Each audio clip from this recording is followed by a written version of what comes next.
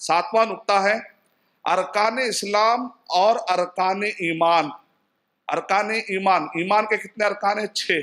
اللہ پر ایمان لانا، اللہ کی کتابوں پر.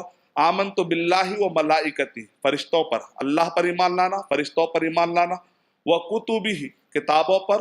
ورسلہ، رسولوں پر. والیوم الآخر، آخرت کے دن پر. والقدر خیرہ و شرہ، تقدیر کے اچھے اور برے ہونے پر ایمان لانا. اور اسی طریقے سے اسلام کے 5 ارکان: شہادت اللہ الہ الا اللہ وان محمد رسول اللہ، لا الہ الا اللہ محمد رسول اللہ کی گواہی دینا. واقام الصلاۃ، نماز قائم کرنا.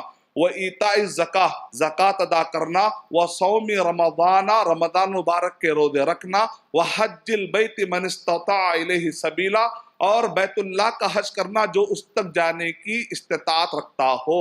یہ اسلام کے 5 ارکان ہیں اور ایمان کے 6 ارکان ہیں. اس کو ریفریش کرنا ہے. اللہ کے نبی صلی اللہ علیہ وسلم نے ارشاد فرمایا ان الایمان لا یخلق کما یخلق الثوب فجددوا ایمانکم.